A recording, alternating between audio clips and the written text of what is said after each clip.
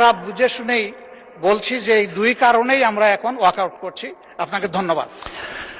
নিশ্চয়ই সংসদীয় রীতি অনুযায়ী আপনারা ওয়াকআউট করতে পারেন, ফিল ফ্রি। ধন্যবাদ।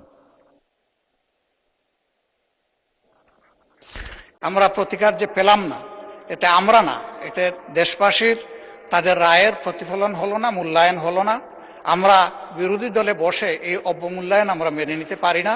এই জন্য তার প্রতিবাদে আমরা ওয়াকআউট করছি। প্রতিকার চেয়েছিলাম, এ বিষয়টা কোনো দলের সাথে সম্পর্কিত না।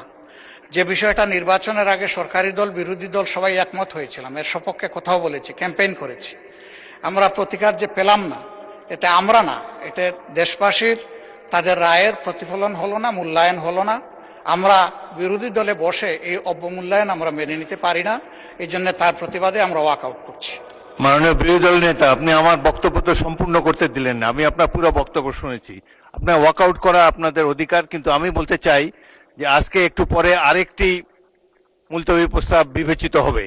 সেখানে আমার মনে হয় যে আপনি আপনাদের প্রশ্নের উত্তর পেয়ে যাবেন এবং সেখানে মন খুলে আপনারা আরো কথা বলতে পারবেন।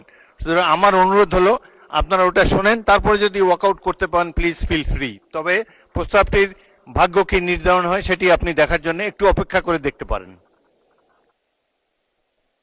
বিরোধী দল নেতাকে মাইক দেন। হ্যাঁ, ওই নোটিশটাও আমাদের নজরে আগে কিছুটা এসেছে এবং আমরা মনে করি যে মূল নোটিশকে চাপা দেওয়ার জন্য ওই নোটিশটা সামনে আনা হয়েছে।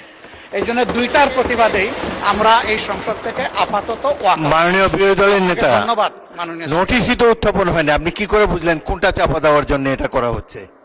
আমি অনুরোধ করছি একটু ধৈর্য ধরে অপেক্ষা করেন, নোটিশের বিষয়বস্তু শুনেন, তারপরে আপনারা feel free to walk out. আপনার অ্যাবসেন্সে এই হাউসে এই নোটিশটা পড়া হয়েছে, সংশ্লিষ্ট সদস্য এটা পড়েছেন, আমরা শুনেছি।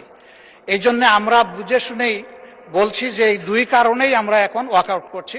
আপনাকে ধন্যবাদ। নিশ্চয়ই সংসদীয় রীতি অনুযায়ী আপনারা ওয়াকআউট করতে পারেন, ফিল ফ্রি। ধন্যবাদ। ইয়েস, মাননীয় স্বরাষ্ট্রমন্ত্রী।